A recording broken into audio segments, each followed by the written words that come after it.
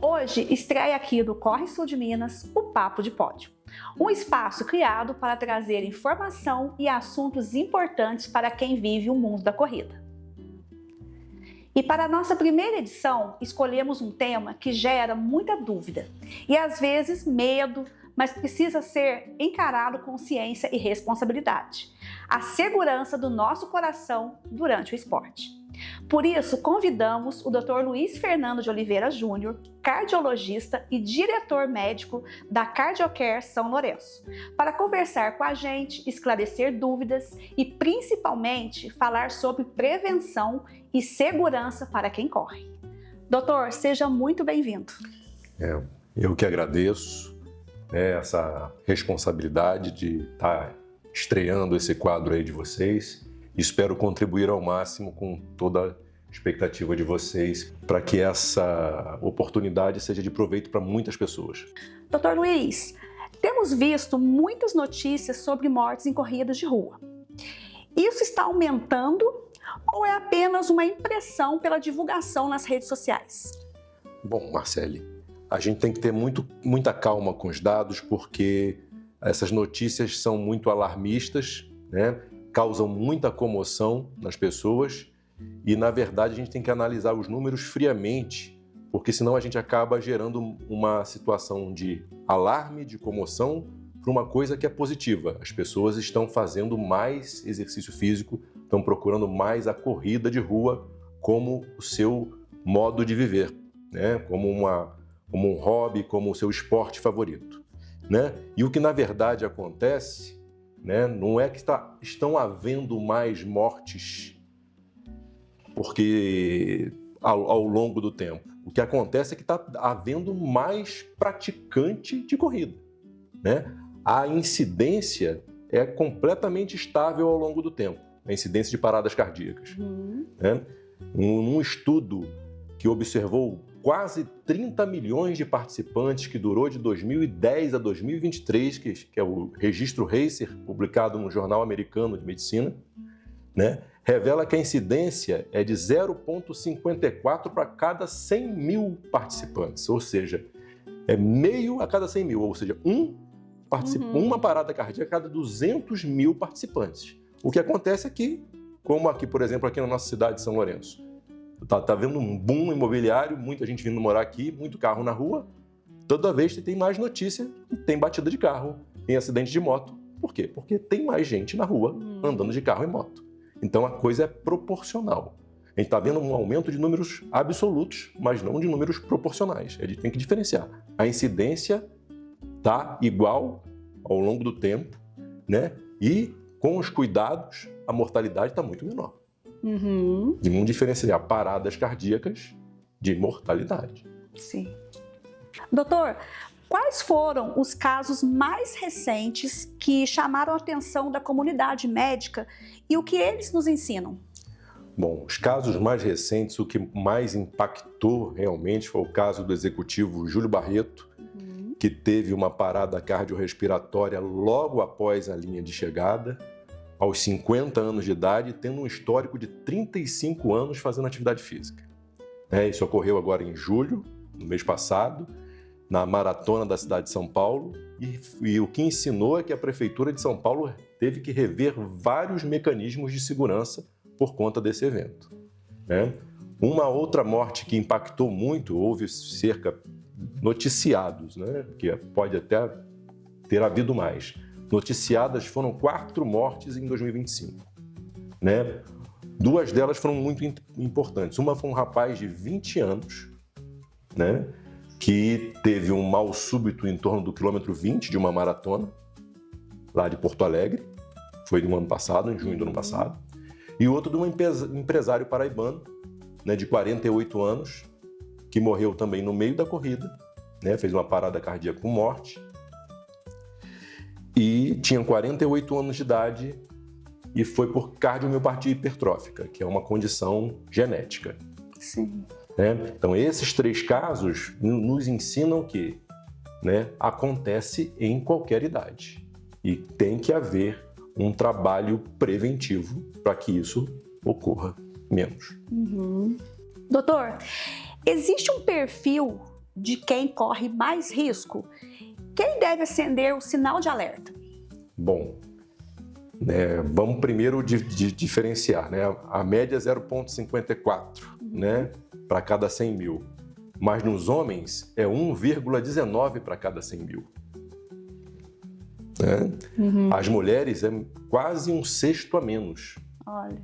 Né? Então há uma desproporção, né, de risco entre homens e mulheres. Aí você vai me perguntar, por que isso acontece?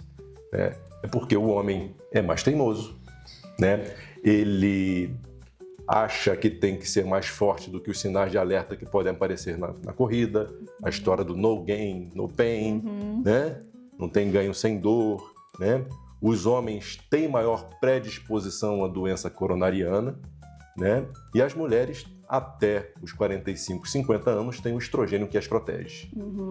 Né? Então, os homens sofrem mais do que as mulheres na questão de incidência de paradas cardíacas no meio de corridas. Né? Há um risco 2 vezes maior da maratona completa para a meia maratona, né? Até um pouco mais que 2 vezes, 1,04 a cada 100 mil para as maratonas e 0,47 para 100 mil para a meia. Né? Esse é um perfil bastante diferente de uma situação, Quanto mais eu me exponho a um exercício extenuante, o risco é maior. Né? E as pessoas que têm a faixa etária acima dos 45, 50 anos. Que aí iguala tudo. A mulher já perde a defesa do estrogênio, né? A maior incidência de doença coronariana, e aí o risco triplica. Né? O que está em torno ali do homem, 1,19, vira para 3,6. É muito mais chance quanto mais idade a gente tem. Doutor, e no caso dos jovens? Por que alguém de 20 anos, aparentemente saudável, pode sofrer um mal súbito? No caso do João Gabriel, que foi esse menino, a gente não tem detalhes assim de se realmente foi essa causa, mas nos jovens, nos que têm menos de 35 anos, a maior incidência, a maior causa é a cardiomiopatia hipertrófica, que é uma condição genética, é como que essa pessoa tivesse o músculo cardíaco mais espesso que o normal, né? Esse músculo cardíaco sendo mais espesso do que o normal, né, é diferente do músculo periférico, né, que é onde a gente, quanto mais espesso, melhor. Né? O músculo cardíaco, quanto mais espesso, é pior, porque ele diminui o enchimento cardíaco, o espaço para o enchimento ele fica reduzido, né? A gente precisa do coração relaxe bem para que ele enche de sangue, para que seja bombeado uma quantidade eficaz de sangue, que a gente chama de débito cardíaco, né? E essas pessoas que nascem com essa espessura da parede aumentada, elas não têm uma espessura regular. É uma espessura completamente desorganizada, que geram alguns curtos-circuitos, porque geram fibroses indevidas, né? E isso gera maior chance de arritmias. E outro caso são pessoas que têm mais predisposição de arritmias, né? Como as síndromes de pré-excitação ventricular, que são muito comuns. Uma delas é a Wolff-Parkinson-White, né?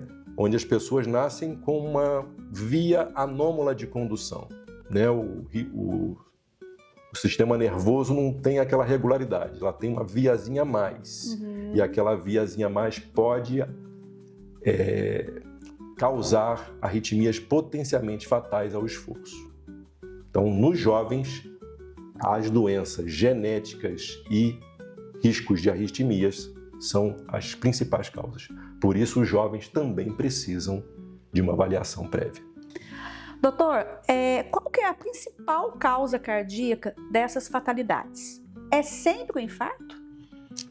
A gente já comentou que não é sempre o infarto, mas de longe a doença arterial coronariana, né, a obstrução das artérias que acabam levando ao infarto, porque a gente, numa corrida, né, o que está acontecendo? O coração está ali pedindo demanda alta. Eu preciso bombear sangue com maior intensidade para que os meus músculos periféricos trabalhem bem. Eu preciso jogar sangue para as pernas, né? Então, ele está ali funcionando no máximo de capacidade. Se eu aumento essa demanda e não dou para o meu próprio músculo sangue o suficiente, né? Não está chegando porque a artéria está obstruída, está entupida por gordura ou por placas de cálcio, aquilo acaba gerando um colapso no próprio coração. Né? Sem contar que as situações ocorrem muito frequentemente quando?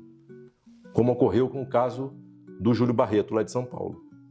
No pós-corrida, logo depois que a corrida para. Por quê? O que acontece? O sujeito está ali no seu limite máximo do esforço, cruza a linha de chegada, para. No que ele para, a maior quantidade de sangue está no músculo. Então, se ele para, né, o coração já está batendo em uma alta frequência. Ele parou, o músculo, que estava trabalhando também para bombear junto, que o músculo correndo ele também bombeia, né, uma segunda bomba, a panturrilha e os pés são uma segunda bomba, né, param, aquele sangue fica preso na circulação periférica.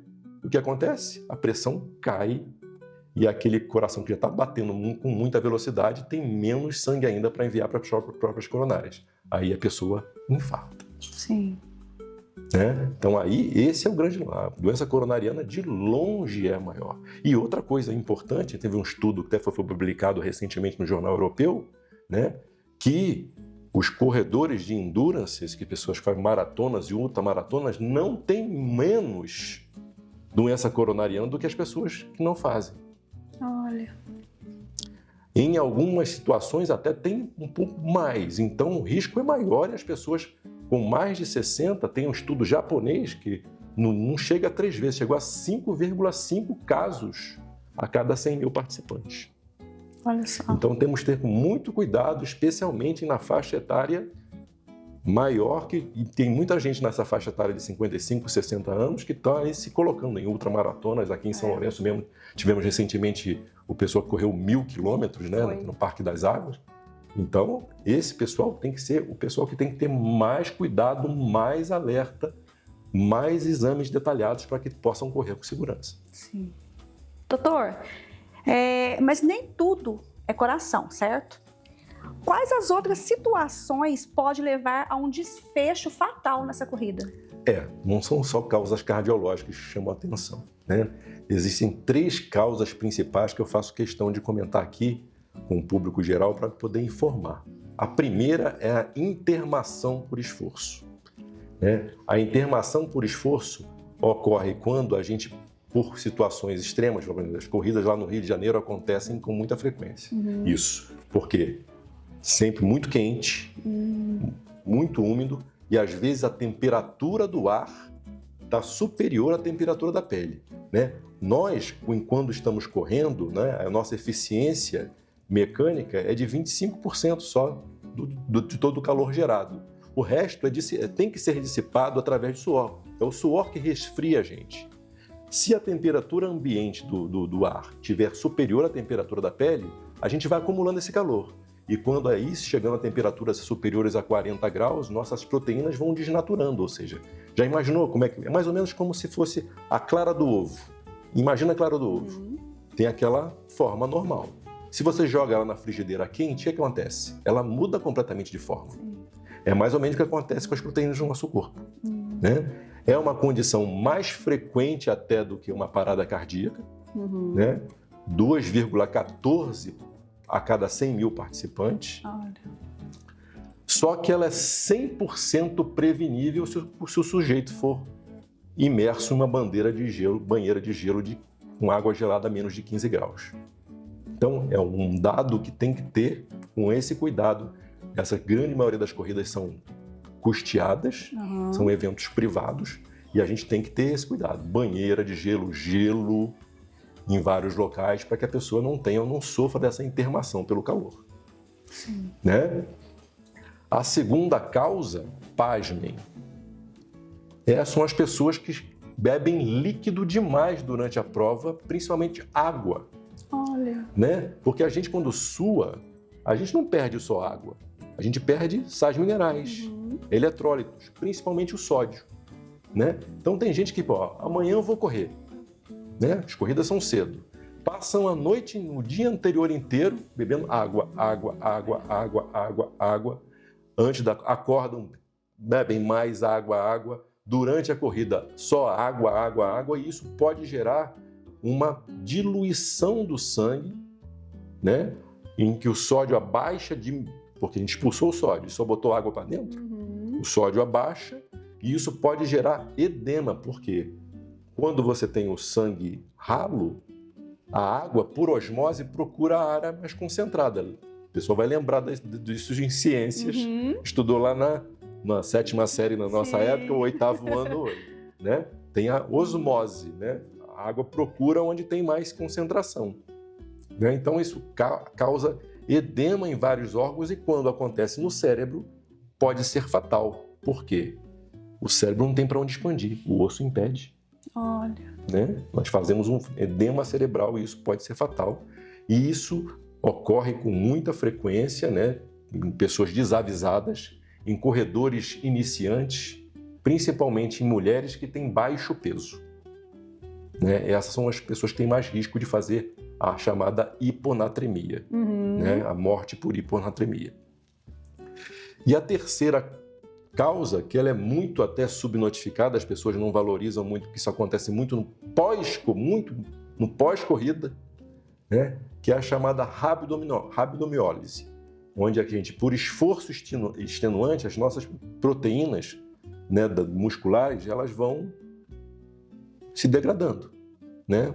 Se a gente for fazer uma dosagem de proteínas musculares logo depois de um treino, né? Que são até proteínas que antigamente se dosavam para ver risco de infarto, mas são proteínas periféricas, elas vão aumentar. Só que tem gente que isso tem um aumento absurdo, porque faz um exercício extenuante, é mal preparado, né? E acontece, como eu falei, muito depois, e as pessoas só depois vão ver que está urinando com cor de Coca-Cola, sinal de risco. Urinando com cor de Coca-Cola, uma dor muscular intensa, difusa, é um sinal de alerta. Isso leva à morte por lesão renal aguda, morre por insuficiência renal. Então, essas 3 causas não cardíacas são extremamente importantes de serem valorizadas para os atletas, especialmente aqueles atletas que correm longas distâncias. Lembrar que, esqueci de falar, né, na questão da hiponatremia, é obrigatório que depois de mais de 1 hora de prova não tenha só água à disposição, tem que ter isotônico, né? De qualquer marca, o Gatorade, Marathon e entre outros, né? Onde a gente possa repor esses eletrólitos e ter mais segurança. Então, vamos ter em ciência que nem tudo, realmente, como você me perguntou, é só coração. Sim. Né? Tem influência do calor, tem o excesso de água e tem a perda importante de proteínas, né, soltas por esse músculo que morre, que é principalmente causada pela proteína chamada mioglobina, que vai entupir o rins, atrapalhando a função deles. A gente acaba morrendo por ter que precisar de uma diálise com urgência. Sim. Doutor, o que o atleta ele deve fazer antes de se inscrever em uma prova? Qual que é o básico de prevenção? Olha, o básico é o check-up cardiológico, né? Hoje a gente vê, e quando vai fazer uma prova, ou até mesmo em academias simples, quando a pessoa vai iniciar uma corrida na esteira, né? Vai iniciar a musculação, as pessoas hoje são aceitas dentro dessas academias ou para fazer exercício por um questionário chamado Parquet ou Parquet+, que é uma autoavaliação. A pessoa responde o que ela quer, né? Às vezes, você é hipertenso, vou dizer aqui que não para poder ser aceito, não precisar nem ir ao médico, né? Você tem palpitações quando faz esforço? Vou falar que não, eu quero começar meu exercício. E as academias aceitam, né? As pessoas, quando vão fazer essa decisão por fazer uma prova de rua, seja ela 8, 14, 21, 42 quilômetros, que são as mais comuns, a meia e a maratona, elas precisam de um cuidado especial, que no mínimo, para as pessoas com menos de 35 anos, é a consulta médica, onde o médico vai detalhar o risco cardiovascular daquela pessoa, a histórico familiar, se a pessoa tem um histórico, se alguém já morreu de morte súbita na família, né? Quem tem uma história de morte súbita antes dos 35 anos de idade na família, mesmo primos, tem um risco maior de ter morte súbita também em qualquer situação, até mesmo sentado aqui, fazendo esforço mais ainda. Sim. Né? Então, a avaliação médica para discernir qual é aquela pessoa que tem que ser avaliada com exames mais complexos é super necessário. Né? E, no mínimo, de exame, um eletrocardiograma. Sim. Né? Num estudo, né, na Itália, né, gerou até uma obrigatoriedade, virou uma confusão danada isso lá na Itália. Começou a ser obrigatório para poder entrar em qualquer corrida, o cara tem que ter no mínimo um eletro. E o que eles viram? Que 3 a cada 1.000 participantes tinham problemas sérios, não é somente no eletrocardiograma, que já diminuiu em 50% o índice de mortes na Itália, só porque simplesmente se exigiu um eletrocardiograma. Ou seja, é muito importante a avaliação médica mínima, com história clínica, exame físico e eletrocardiograma. Isso para os que têm menos de 35. Né? Se isso, aqui não tem nada. Né? Não tem história disso, não tem história daquilo, não tô com a pressão normal, né? Não estou acima do peso. Né? Porque muita gente quer começar, tá ali 1,60 m, vamos falar das mulheres, né? Que as mulheres estão bombando em tudo quanto é lugar, nas corridas principalmente, mas que querem começar a sua atividade. Estão ali com 1,60 m e 80 kg. Estão com obesidade. Já estão com uma condição que não é uma condição normal. Então ela não pode ser somente um exame físico e eletrocardiograma, ela vai ter que fazer outros exames complementares. Sim. Né? O teste ergométrico, o ecocardiograma. Né? Se você está lá, eu tenho 40 anos, né? Mamãe é hipertensa, papai é hipertenso, vamos medir a pressão, está elevada? Não posso só liberar com eletrocardiograma. Também tem que fazer. Né? Teste ergométrico e ecocardiograma para observar. Né? Se a pessoa tem mais de 45 anos, é obrigatório. Exame físico, avaliação médica detalhada, eletrocardiograma, teste ergométrico e ecocardiograma. Sim. Deu para discernir? Sim. Isso varia de acordo com a faixa etária.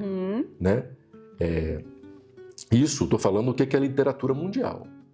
Na prática, na minha prática clínica, todo mundo que pretende fazer isso, eu já faço de rotina os 3 exames. Sim. Porque é um investimento muito baixo para o risco que pode ocorrer. Né? Na Itália, logicamente a medicina europeia é muito mais cara, isso saiu 79 euros por pessoa, que daria aqui no nosso custo hoje a R$480. Não é nada absurdo diante de um investimento que a pessoa compra às vezes tênis de R$1.500. Sim, com certeza. Né? Para começar. Né? Então, olhar para o prévio, né? para o check-up, para o coração, antes de submetê-lo ao esforço, é o básico. Sim. Né? E um outro ponto é estar realmente preparado e acompanhado por um profissional que é capaz e focado nesse tipo de processo, ou seja, o profissional de educação física que está ali o tempo todo acostumado a lidar com corridas de endurance ou corridas curtas. Então, avaliação médica detalhada, direcionada conforme a idade, né? Usar teste ergométrico e eco também, além do eletrocardiograma, né? Lembrar que na Itália, volto a dizer, na Itália se diminuiu a mortalidade em 50%, que a gente selecionou melhor as pessoas, né? E estar acompanhado com um profissional sério. Não adianta você, Marcelo, agora fiz aqui a avaliação com o Dr. Luiz Fernando, o Luiz Fernando disse ok, eu vou sair correndo sozinho. Não dá.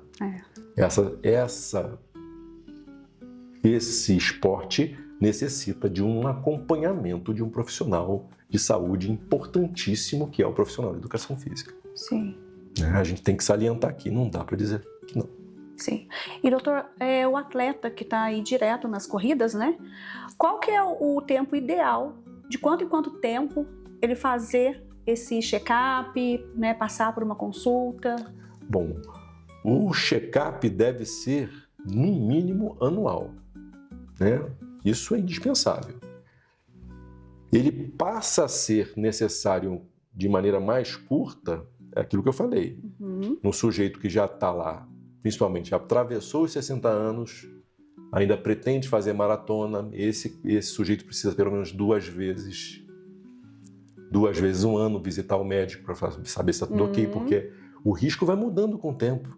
Sim. Existe um risco cardiovascular que ele é inexorável, é a idade. Contra a idade a gente não tem como fazer, não tem como brecar o tempo, né? Hipertensão a gente controla, diabetes a gente controla, colesterol a gente reduz, né? A gente orienta a pessoa a parar de fumar, ajuda ela a parar de fumar, né? A gente tenta orientar como redução de estresse, né? Mas não dá para brecar a idade. Sim, sim. Né? Fatores de risco existem, a gente tenta controlar, mas a idade é um fator de risco importantíssimo e quanto mais idade a gente tem, mais proximidade com o seu cardiologista você deve ter. Sim. E o atleta que faz aí uma meia maratona, uma maratona, ele tem que ter um cuidado mais redobrado ou é como se fosse um atleta que corre aí 5, 10 quilômetros? O cuidado é maior, como eu falei já, só pela incidência. Olha só, a meia maratona, 0,47 paradas cardíacas a cada 100 mil. A maratona, 1,04 a cada 100 mil participantes. É. Né? Então, se você participou de 4 corridas no ano, você foi participante 4 vezes. A sua chance aumenta. Sim. Então, o corredor de meia de maratona tem que ter uma avaliação médica mais próxima, pelo menos 2 vezes no ano. Sim. Doutor, durante a corrida, quais os sinais que o corpo dá de que algo está errado? Bom, isso é uma pergunta maravilhosa e vamos perder um tempinho com isso aí. Sim. Né? Eu acabei de falar em pergunta anterior, né, a história de sem dor não tem ganho. No pain, no gain. Né? E muitos homens têm maior risco justamente por ultrapassar essa linha vermelha. Gente, sentiu uma dor no peito fora do habitual? Sentiu uma dor no braço esquerdo fora do habitual? Começou a ter tontura, náusea? Começou a ter uma falta de ar, por exemplo, corro bem, meia tranquilo, já estou ali no quilômetro 14, já botando a língua quase na altura do joelho, tem coisa errada. Gente, para. É sinal de alerta. Teto preto, do nada. Para, gente. Para. Por quê? Nenhuma medalha vale mais do que a vida da gente. Esses são sinais de alerta importantíssimos. Né? Assim como aquela sensação de que está quente demais, que o corpo está muito quente no caso da internação, né? Tá começando a ficar... Né? É uma sensação de muito abafado. Para! Procura um próximo posto de hidratação. Joga água gelada na cabeça, joga água gelada no corpo inteiro. Né? São sinais que são importantíssimos que as pessoas desvalorizam, porque acham que é fadiga. Né? Fadiga é uma coisa, fadiga é aquela coisa que você anda ali, tô cansando, hein? Tá brabo, o músculo não tá aguentando, né? Aquilo ok, mas dor no peito, uma falta de ar desproporcional que você não sentia em uma corrida anterior na mesma quilometragem, coração batendo igual a escola de samba, fora do ritmo, para. Não tem outra saída. Né? Para, procura um posto de hidratação, chama atendimento médico. E isso aqui é uma coisa que a gente tem que chamar a atenção, porque as pessoas querem cada vez mais, e estão, principalmente os mais jovens, obcecados pelo tal da performance. Sim. Né? Aí eu vou até voltar atrás numa pergunta anterior que você fez, negócio da proximidade. Por que a gente tem que ter muita proximidade com um atleta de alta performance? Esses rapazes hoje vão para a academia também, porque tem que ter um reforço muscular, não basta só sair correndo. E o que eles estão fazendo muito hoje nas academias? usando esteroide anabolizante sem indicação médica, só porque ouviu falar que tem um ganho de massa mais rápido. E isso tem gerado situações extremamente graves, principalmente hipertrofia do coração não genética, aumentando arritmias. Então, se a gente não está ali próximo da pessoa, perguntando ativamente para ela o que você está fazendo, está usando o quê, né? Reparou, ganhou músculo demais, está fazendo musculação, está usando o quê? Está usando que suplemento, né? O médico tem que estar toda hora atento a essas situações, porque o risco vai aumentando, as pessoas vão usando o que aparecem. Hoje a informação, né? O grande problema da rede social para mim hoje é que a informação está muito divulgada. Só que quando a informação está muito divulgada, muitas pessoas estão começando a achar que sabem demais daquilo que não sabem, né? Imagino eu, se eu vir algum engenheiro falando de detalhes de uma construção, eu vou me meter a levantar um prédio? Eu nunca estudei cálculo, nunca estudei detalhadamente a física, né, dos elementos ali do cimento, da pedra, do tijolo, né? Nunca estudei nada sobre isso. Como é que eu posso levantar tijolo? Mas tem gente hoje tomando Monjaro sem o médico saber. Monjaro falsificado, né? Monjaro que vem, sabe-se lá de onde, comprando aonde? Às vezes com o amiguinho da própria academia, né? Sem falar da testosterona e outros derivados androgênicos. É muito perigoso. Então a gente tem que estar sempre atento, né, a esses sinais de alarme que eu falei e estar sempre conversando com as pessoas sobre o que é que elas estão usando. Sim. Né? Senão a gente acaba falhando por não estar realmente de braço dado com o paciente. Sim. Essa proximidade médica é algo que eu valorizo muito. E doutor, recentemente teve o caso, eu não me lembro agora qual cidade foi, de uma criança, né, um menino de 13 anos, que veio a óbito depois de uma corrida Kids. Hoje a gente tem visto aí, né, várias corridas, a maioria das corridas hoje tem a corrida Kids, né? E eu acho que vale também esse cuidado para essa parte infantil também, né? Sim, óbvio, né? Logicamente, essas corridas Kids costumam ser coisa pequena, sei lá, 100, 200 metros, Sim. né? Pelo que eu vejo aí nas redes sociais, né? Isso não costuma, na maioria das crianças, dar muito problema, né? Mas as crianças, como a gente falou, já podem ter seu cardiopatia hipertrófica sem diagnóstico e podem já ter também essas arritmias. Então você vai submeter seu filho, né, a isso, que é uma brincadeira saudável, ok? Informe o pediatra. Sim. Ele vai saber melhor do que ninguém se essa criança vai poder ou não poder. Tem que informar ao responsável médico, não tem jeito. Doutor, o senhor já falou sobre a parte da hidratação, né? Mas como não errar para menos e nem para mais na hidratação? Bom, a regra é beber água quando sentir sede, né? A maioria dos corredores não são pessoas que têm mais de 75 anos que acabam por discernir mal ao longo do tempo a questão da sede. Os idosos não têm sede. Se você não oferecer água, porque o centro da sede começa a se confundir com o centro da fome. Eles são muito próximos. E como a degeneração cerebral ao longo do tempo, eles não têm ideia do que é fome e o que é sede, muitas vezes, né? Então, são pessoas ali até os seus 65 anos, tá tudo ok quanto a isso. Sim. Então, beba água conforme a sede, tá? Esse é o detalhe. Não vai se hidratar demais antes, não faz a menor diferença. Beba água conforme a sede, né? Tem os pontos de hidratação mais ou menos nas provas mais desenvolvidas, já tem os pontos de hidratação estrategicamente distribuídos para que as pessoas peguem água ali conforme a necessidade, né? E a outra coisa, passou de uma hora de prova, seja você vai fazer 8 quilômetros na sua primeira vez na vida. Ah, mas 8 quilômetros é um pace muito baixo, né? Vamos passar de uma hora? Mas tem gente que faz. Passou de uma hora de prova, tem que usar isotônico. Tá? Então isso aí é uma regra de ouro. Sim. Tá?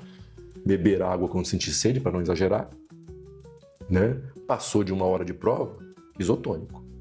Pessoas que têm já alto endurance, meia maratona, isotônico sempre. Sim. Doutor, a estrutura de uma prova, ela pode salvar uma vida? O que faz a diferença no atendimento? O que faz diferença no atendimento numa situação dessa de parada cardíaca é ter o chamado DEA, que é o desfibrilador externo automático, muito rapidamente, né? Se você dispõe de um aparelho desse em até 3 minutos após a parada, e a pessoa já tem uma pessoa que reconhece essa parada e já comece as manobras de ressuscitação cardiopulmonar ali no primeiro minuto, as chances de sobrevida chegam a 95%. Olha. Dessa parada, né? Então você reconhecer rapidamente, né, uma parada como essa logo após e iniciar, você consegue, em muitos casos, muitos mesmo, diminuir importantemente a mortalidade de uma parada cardíaca. Porque não é toda parada que leva à morte, graças a Deus. Sim. Né? A gente hoje dispõe de tecnologia e informação suficiente para modificar essa história. Né? E tem muita possibilidade melhor, porque a maioria das pessoas são rígidas. Se estão correndo, são rígidas. Podem ter doença coronariana e tal, mas tem o histórico de estar fazendo exercício com frequência. Então, é muita possibilidade de recuperação.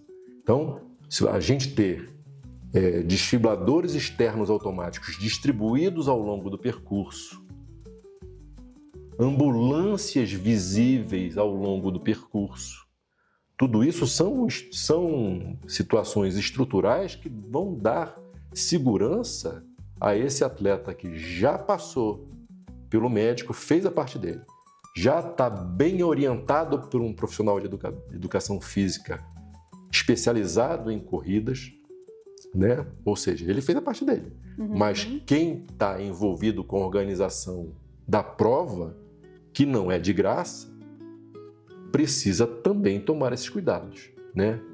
Ter banheiras de gelo, ter água e gelo em todos esses pontos de hidratação, né? Essa intermação, como volto a lembrar da intermação, né? É 100% de recuperação se jogar a pessoa na água a 15 graus.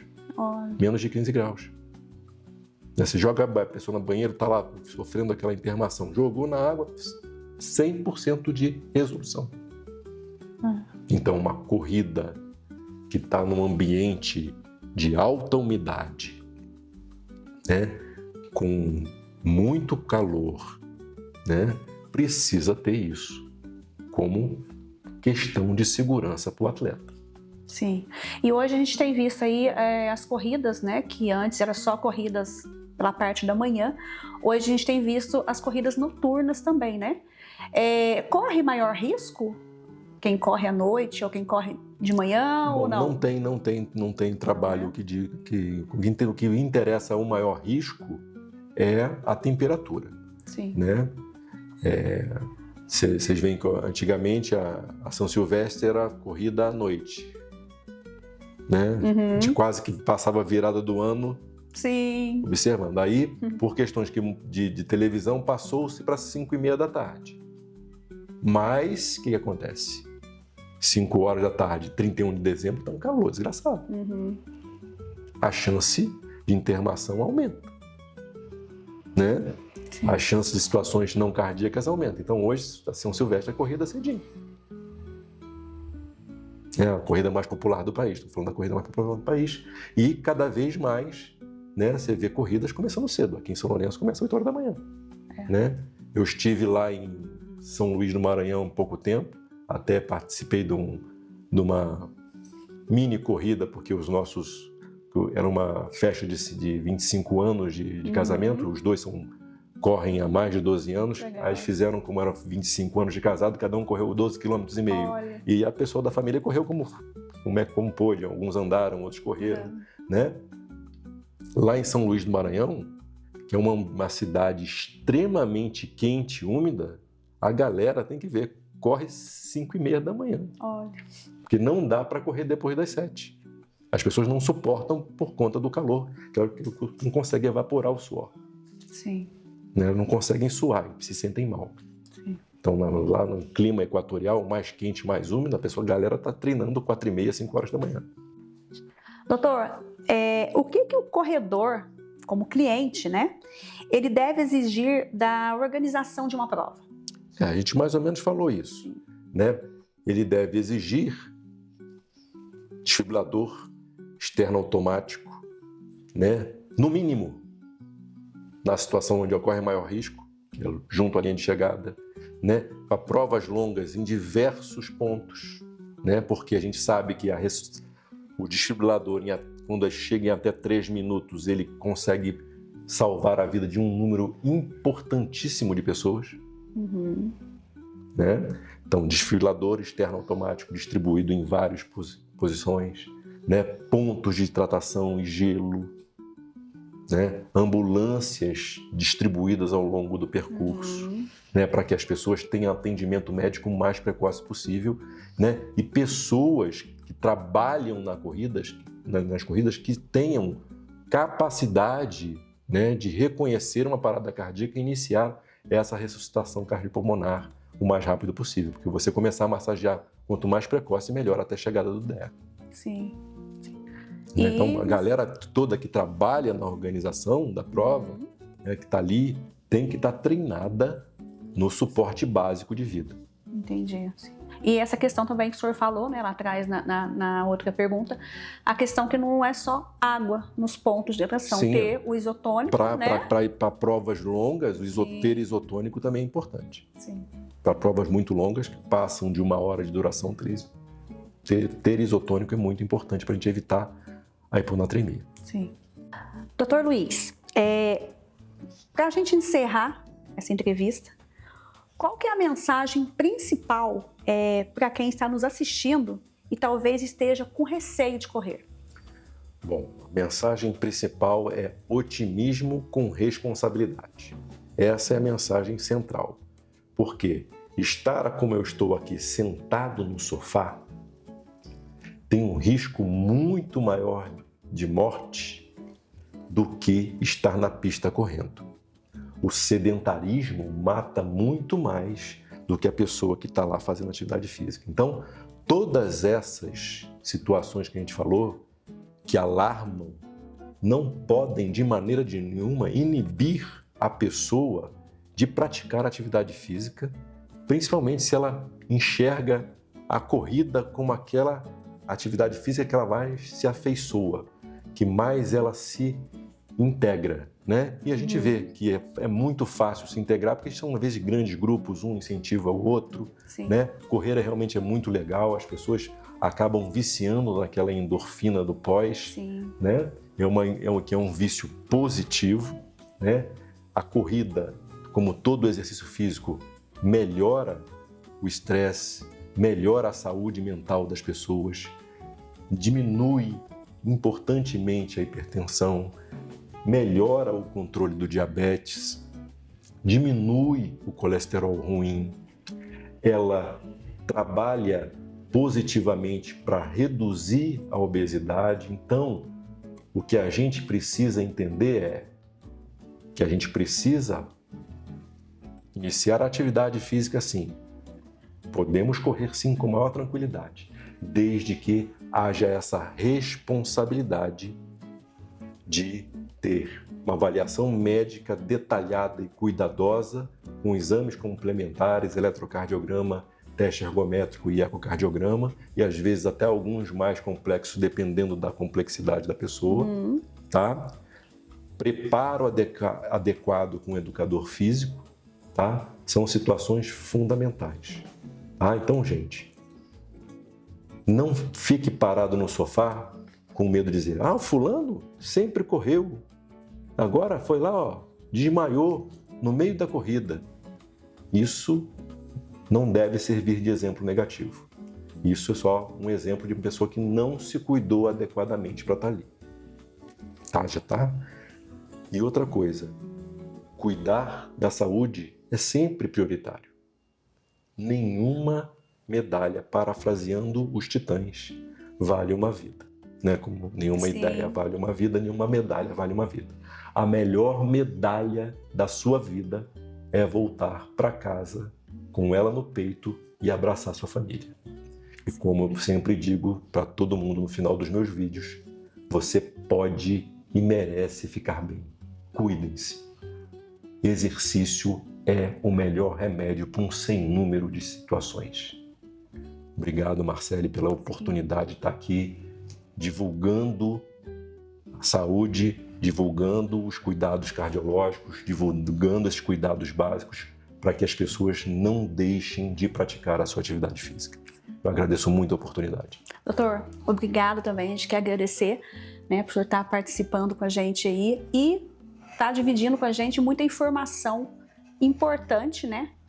Os atletas aí que estão correndo, que precisa ter essas informações, né, que são muito úteis. Então, muito obrigado aí por aceitar também o nosso convite. Eu agradeço muito, em nome da Cardiocare. E esse foi o nosso primeiro Papo de Pódio. Espero que esse conteúdo ajude você não só a correr melhor, mas principalmente a correr com mais consciência e segurança. A gente se encontra no próximo Papo de Pódio. Até lá!